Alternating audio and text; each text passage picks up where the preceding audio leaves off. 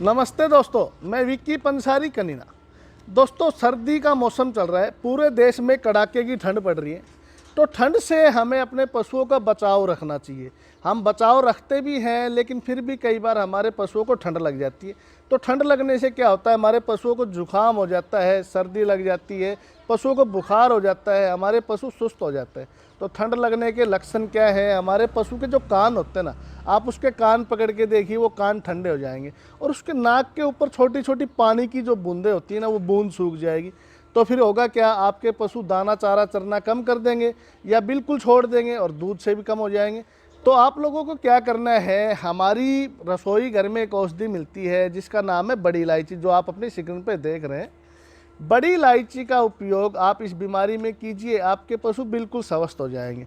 मैं आपको एक बात और बता देना चाहता हूँ, पूरे विश्व में बड़ी इलायची की सबसे ज़्यादा पैदावार अगर कहीं होती है तो वो है हमारे देश में, इंडिया में, भारत में।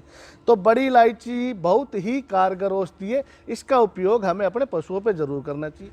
इसका उपयोग आप अपने सभी पशुओं पे कर सकते हैं, गाय पे, भैंस पे, बकरी पे, घोड़ी पे, सूअर पे, सबके लिए फ़ायदेमंद है, किसी के लिए भी नुकसानदायक नहीं है। मात्रा आपको कितनी लेनी है, एक बड़ी अडल्ट भैंस हो तो आप 10 पीस बड़ी इलायची की ले लीजिए, ऐसे 10 पीस, और इनको ग्राइंड करके गुड़ में लड्डू बना के खिला दीजिए।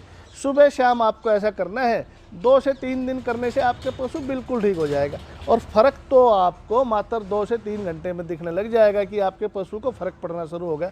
बहुत ही अच्छी औषधि है। अगर आपके पास भैंस है तो 10, गाय है तो 8, बकरी है तो 2 से ही काम चल जाएगा। आप इसका एक और भी तरीका है, पानी में उबाल के भी आप पिला सकते हैं, जैसे हम चाय पीते हैं वैसे, उससे भी काफ़ी फ़ायदा होगा।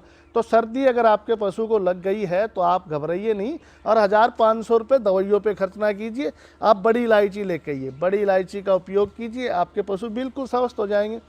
प्रेग्नेंट अगर आपकी कोई भी गाय भैंस है तो उसको आपको क्या करना है, आधी मात्रा में खिलाना है। जैसे कि आपको मैंने 10 इलायची बताई है तो 4-5 ही लेना है, क्योंकि इसकी तासीर थोड़ी सी गर्म है।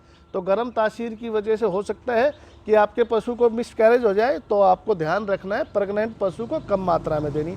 बहुत ही अच्छी निर्दोष औषधि है, किसी भी प्रकार का कोई साइड इफ़ेक्ट नहीं है। इसी तरह के छोटे छोटे फार्मूले आप अपने पशुओं पर प्रयोग किया करें। इन फार्मूलों का प्रयोग करने से आपके पशु स्वस्थ भी रहेंगे, आपके पैसे भी बचेंगे।